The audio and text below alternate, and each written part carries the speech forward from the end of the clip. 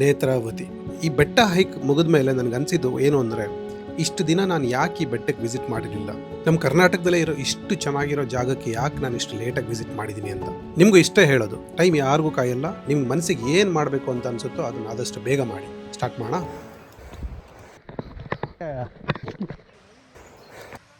ಹತ್ತಾ ಇದ್ದೀವಿ, exact 5 kilometre ಬಂದಿದ್ದೀವಿ. ಅಲ್ಲಿ ಝೂಮ್ ಇಟ್ಟಿಲ್ಲ, 6 ಕಿಲೋಮೀಟರ್ ಬಂದಿದ್ದೀವಿ. ಲಾಸ್ಟ್ 2 ಕಿಲೋಮೀಟರ್ ಇದೆಯಲ್ಲ, definitely it will check your patience and endurance and energy, but worth it. ನೋಡ್ರೆ ಎಷ್ಟು ಕಿಲೋಮೀಟರ್ ಬಂದಿದೆ ಇಲ್ಲಿವರೆಗೆ? 7:30 ಆಯ್ತು ಈಗ. ಅಲ್ಲಿಂದ ಅಲ್ಲಿ ಹುಟ್ಟಿ ಬನ್ನಿ ಇನ್ನೂ ಇದೆ. ಏನು ಇಂಟ್ರೊಡಕ್ಷನ್ನೇ ಇಲ್ಲ, ಡೈರೆಕ್ಟ್ ಬೆಟ್ಟ ಹತ್ತ ತೋರಿಸ್ತಾ ಇದನ್ನಲ್ಲ ಅಂತ ಯೋಚನೆ ಮಾಡ್ತಾ ಇದ್ದೀರಾ? ಇದು ಯಾವ ಬೆಟ್ಟ, ಹೆಂಗೆ ಬಂದ್ವಿ, ಯಾರ್ಯಾರು, ಸ್ವಲ್ಪ ಫ್ಲಾಶ್ ಬ್ಯಾಕ್ ಹೋಗೋಣ. ಇವ್ರ ಬಗ್ಗೆ ಇಂಟ್ರೊಡಕ್ಷನ್ ಸ್ವಲ್ಪ ಹೊತ್ತಲ್ಲೇ ಕೊಡ್ತೀನಿ. ಇನ್ನೂ ಇಬ್ಬರು ಪಿಕ್ ಮಾಡಬೇಕು on the way. Okay, so ಆವಾಗಲೇ ಹೇಳ್ದಂಗೆ ನಮ್ಮ ಇನ್ನಿಬ್ಬರು ಫ್ರೆಂಡ್ಸು ಜಾಯಿನ್ ಆಗಿದ್ದಾರೆ. ಸೊ ಇವ್ರ ಇಂಟ್ರೊಡಕ್ಷನ್ ಆಮೇಲೆ ಕೊಡ್ತೀನಿ. ನಮಸ್ಕಾರ ಕರ್ನಾಟಕ, ಎಲ್ಲರೂ ಹೇಗಿದ್ದೀರಾ? Welcome back to my channel Time Labs. ನಾನು ನನ್ನ ಫ್ರೆಂಡ್ಸು ವೀಕೆಂಡ್ ಟ್ರಿಪ್ ಪ್ಲಾನ್ ಮಾಡುವಾಗ ನೆನಪಾಗಿದ್ದೆ ಈ ಜಾಗ, ಅದೇ ನೇತ್ರಾವತಿ ಬೆಟ್ಟ. ಈ ಬೆಟ್ಟ ಇರೋದು ಚಿಕ್ಕಮಂಗ್ಳೂರು ಡಿಸ್ಟ್ರಿಕ್ಟ್, ಸಂಸೆ ಮತ್ತು ಬೆಳ್ತಂಗಡಿ ಮಧ್ಯೆ ಸೇರಿಕೊಂಡು ಒಂಥರ ಸ್ಯಾಂಡ್ವಿಚ್ ಆಗಿದೆ. ನೇತ್ರಾವತಿ ಬೆಟ್ಟನ ಯಾಕೆ ಹೈಕ್ ಮಾಡಬೇಕು? ಒಂದು ಅಫ್ಕೋರ್ಸ್ ದ ಬ್ಯೂಟಿಫುಲ್ ವ್ಯೂಸ್, ಇನ್ನೊಂದು ಇದ್ರ ಪಕ್ಕನೆ ಒಂದು ಬೆಟ್ಟ ಇದೆ, ಅದೇ ಕುದುರೆಮುಖ, 3rd ಹೈಯೆಸ್ಟ್ ಪೀಕ್ ಇನ್ Karnataka.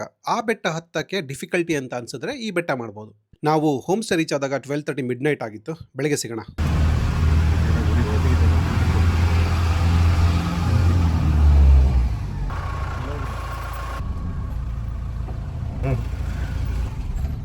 Good morning friends. Night ನಾವು ರೀಚ್ ಆದಾಗ ಆಲ್ಮೋಸ್ಟ್ 12:30 ಆಗಿತ್ತು. ಇದೇ ಹೋಮ್ ಸ್ಟೇ ನಾವು ಸ್ಟೇ ಮಾಡಿದ್ದು. ತಿಂಡಿ ಮಾಡಕ್ಕೆ ಬಂದಿದ್ದೀವಿ. ಸೂಪರ್ ಆಗಿದೆ ಅದು ತಿಂಡಿ. ಹೋಮ್ ಸ್ಟೇ ಬಗ್ಗೆ ಡೀಟೇಲ್ಸ್ ಎಲ್ಲ ಹೇಳ್ತೀನಿ. ನಾವು ಒಂದು ಬಜೆಟ್ ಫ್ರೆಂಡ್ಲಿ ಡೀಸೆಂಟ್ ಆಗಿರೋ ಒಂದು ಹೋಮ್ ಸ್ಟೇ ಹುಡುಕಿದ್ವಿ, ಅದೇ ಸುಗಮ ಹೋಮ್ ಸ್ಟೇ ಅಂತ. Very neat and clean. Link ಮತ್ತು ಕಾಂಟ್ಯಾಕ್ಟ್ ಡೀಟೇಲ್ಸ್ನ ಡಿಸ್ಕ್ರಿಪ್ಷನ್ ಕೊಟ್ಟಿರ್ತೀನಿ. ಹಾಯ್ ಮಾರ್ನಿಂಗ್, ಎಲ್ಲ ಹೇಗಿದ್ದೀರಾ? ಸೊ ಇವತ್ತು ನೇತ್ರಾವತಿ ಹೈಕ್ ಮಾಡೋಣ ಅಂತ ಪ್ಲಾನ್ ಮಾಡಿದ್ವಿ.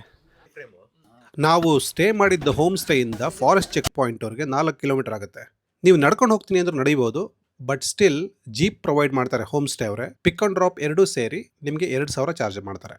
ನೆಗೋಷಿಯೇಟ್ ಮಾಡ್ಬೋದು.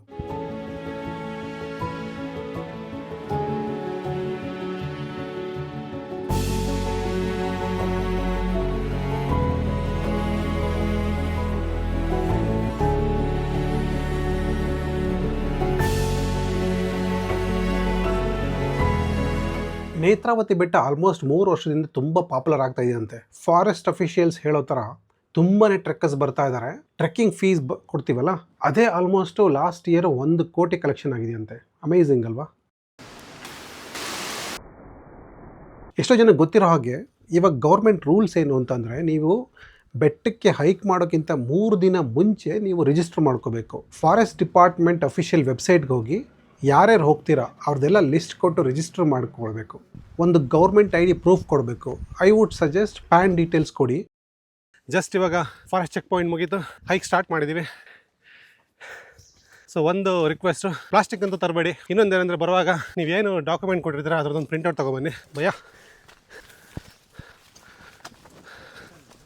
ಓಕೆ, ಅಲ್ಲಲ್ಲಿ 1-2 ಜರಿ ಇದೆ, ತುಂಬ ಫ್ರೆಶ್ ವಾಟರ್ ಇದೆ. ಸೊ ನೀರಿಗೆ ತೊಂದರೆ ಇಲ್ಲ, ಆರಾಮಾಗಿ ಫ್ರೆಶ್ ವಾಟರ್ ಕುಡಿಬೋದು. ತುಂಬ ಫ್ರೆಶ್ ಆಗಿದೆ. ಇಲ್ಲಿವರೆಗೆ ಹೇಗಿದೆ ನಿಮ್ಮ ಎಕ್ಸ್ಪೀರಿಯನ್ಸ್? ಹೈಕಿಂಗ್ ಇಲ್ಲಿವರೆಗೆ ಎಕ್ಸ್ಪೀರಿಯನ್ಸ್ 1 ಕಿಲೋಮೀಟರ್ ಬಂದಿದ್ದೀವಿ.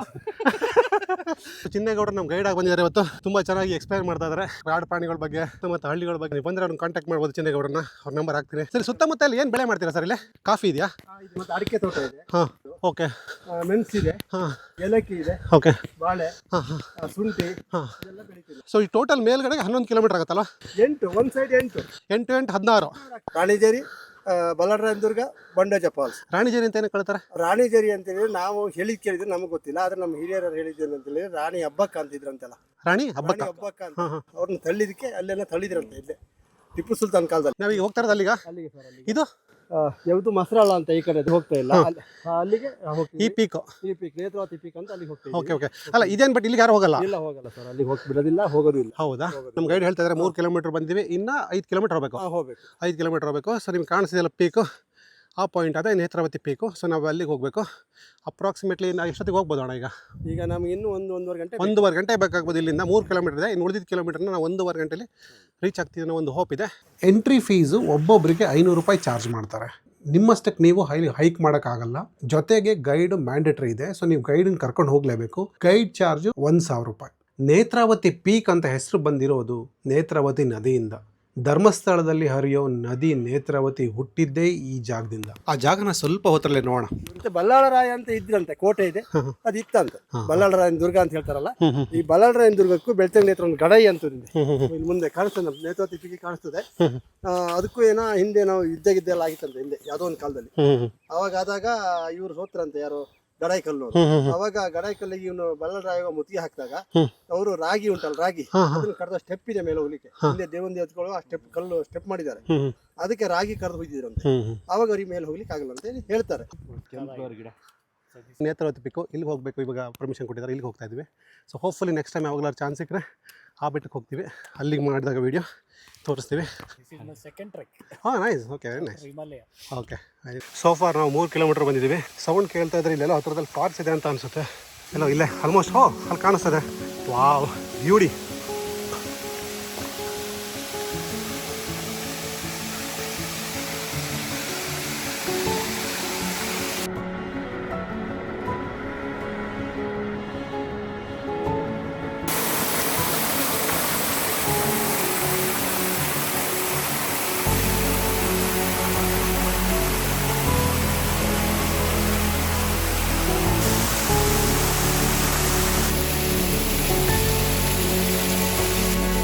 That's a fresh water from the nature. So ನಿಮಗೆ ಕಾಣಿಸ್ತಾ ಇದೆಯಲ್ಲ, ಸೊ ನೇತ್ರಾವತಿ ನದಿ ಇಲ್ಲಿ ಹುಟ್ಟಿ ಹಿಂಗೆ ಹರಿತಾ ಇದೆ. ಸಿ ಫಾಲ್ಸು ನೀರಂತೂ ತುಂಬ ಫ್ರೆಶ್ ಆಗಿದೆ. Amazing experience. ಓಕೆ, ಇಲ್ಲಿ ನೋಡಿ, ಇದು ನಾವು ದುಡ್ಡು ಕೊಟ್ಟು 20 ರೂಪಾಯಿ 40 ರೂಪಾಯಿ ಕೊಟ್ಟು ಕುಡಿತೀವಿ. ಇಲ್ಲೇ ನ್ಯಾಚುರಲ್ ಆಗಿ ಬರ್ತಾ ಇದೆ. ಬನ್ನಿ, ನೇಚರ್ನ ಎಂಜಾಯ್ ಮಾಡಿ, ನೀರು ಕುಡೀರಿ, ಖುಷಿಯಾಗಿರಿ.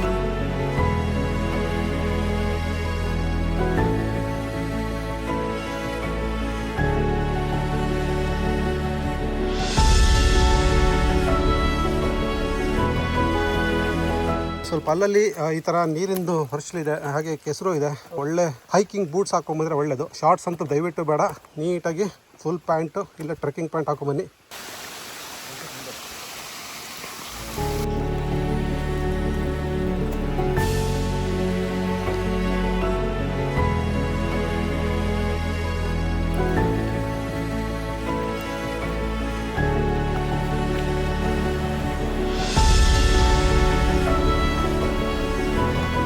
ನಿಮಗೆ ಸೌಂಡ್ ಕೇಳಿಸ್ತಿದೆ ಅನಿಸುತ್ತೆ.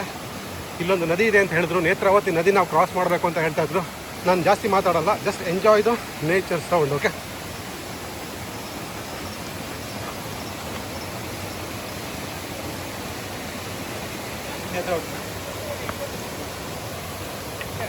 ಹಾಂ. ಫ್ರೆಂಡ್ಸ್, ಇದು ಗಡಿ ಬಂಡಿ ಅಂತ ಒಂದು ಹಳೆ ಕಾಲದಲ್ಲಿ ಅದನ್ನು ಜಾಗಗಳನ್ನ ಗುರುತಿಸ್ಕೋಸ್ಕರ ಆ ಥರ ಮಾಡ್ತಿದ್ರು. ಲ್ಯಾಂಡ್ ಮಾರ್ಕ್ ಕೆಲವೊಬ್ರು ಹೇಳ್ತಾರೆ ಆ ಥರ ಮಾಡಿದ್ರೆ ದೇವರಿಗೆ ಮನೆ ಕಟ್ಟೋಕ್ಕಾಗತ್ತೆ ಅಂತ. ಯಾವ ರೀತಿ ಬೇಕಾದ್ರೂ ಮಾಡ್ಕೊಬೋದು, ಇನ್ನು ನಂಬಿಕೆ. ಬಟ್ ಬಂದಾಗ ಈ ಥರ ಮಾಡಿ ಎಂಜಾಯ್ ಮಾಡಿ.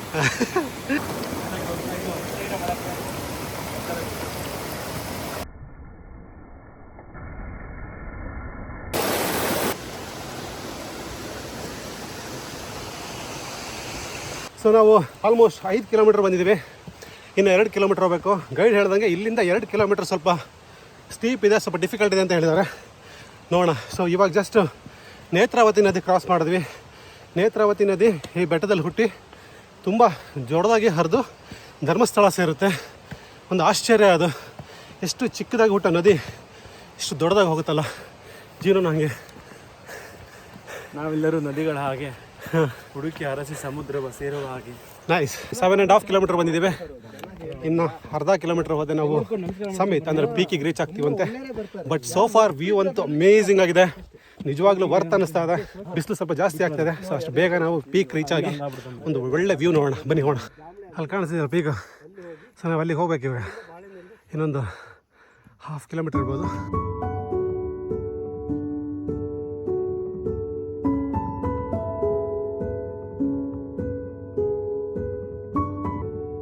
ಆವಾಗಲೇ ಹೇಳಿದ್ದೆ ನನ್ನ ಫ್ರೆಂಡ್ಸ್ನ ಇಂಟ್ರೊಡ್ಯೂಸ್ ಮಾಡಿಸ್ತೀನಿ ಅಂತ. ವಸಂತ್, ಚೇತನ್, ರವಿಶಂಕರ್.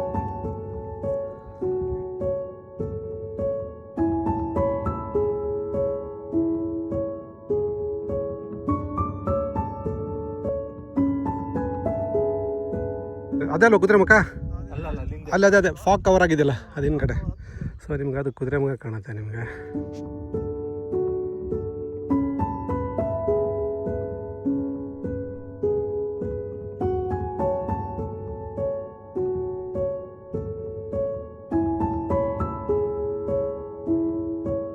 ನಿಜ ಹೇಳ್ತೀನಿ, amazing place. You should definitely do it. Free ಆಗಿದ್ದಾಗ ಹೋಗಿ ಮಾಡಿ. ನೆಕ್ಸ್ಟ್ ಎಪಿಸೋಡಲ್ಲಿ ಸ್ವಲ್ಪ ಇಂಟ್ರೆಸ್ಟಿಂಗ್ ಇನ್ಫಾರ್ಮೇಷನ್ ಇದೆ, ದಯವಿಟ್ಟು ಮಿಸ್ ಮಾಡಿಬಿಡಿ. ನೆಕ್ಸ್ಟ್ ಎಪಿಸೋಡ್ನ ಆದಷ್ಟು ಬೇಗ ಅಪ್ಲೋಡ್ ಮಾಡ್ತೀನಿ. Thank you for watching. ಹೀಗೆ ನೋಡ್ತಾ ಇರಿ, ಸಪೋರ್ಟ್ ಮಾಡಿ, ಲೈಕ್ ಮಾಡಿ, ಸಬ್ಸ್ಕ್ರೈಬ್ ಮಾಡಿ. ಅಲ್ಲಿವರೆಗೂ ಟೇಕ್ ಕೇರ್.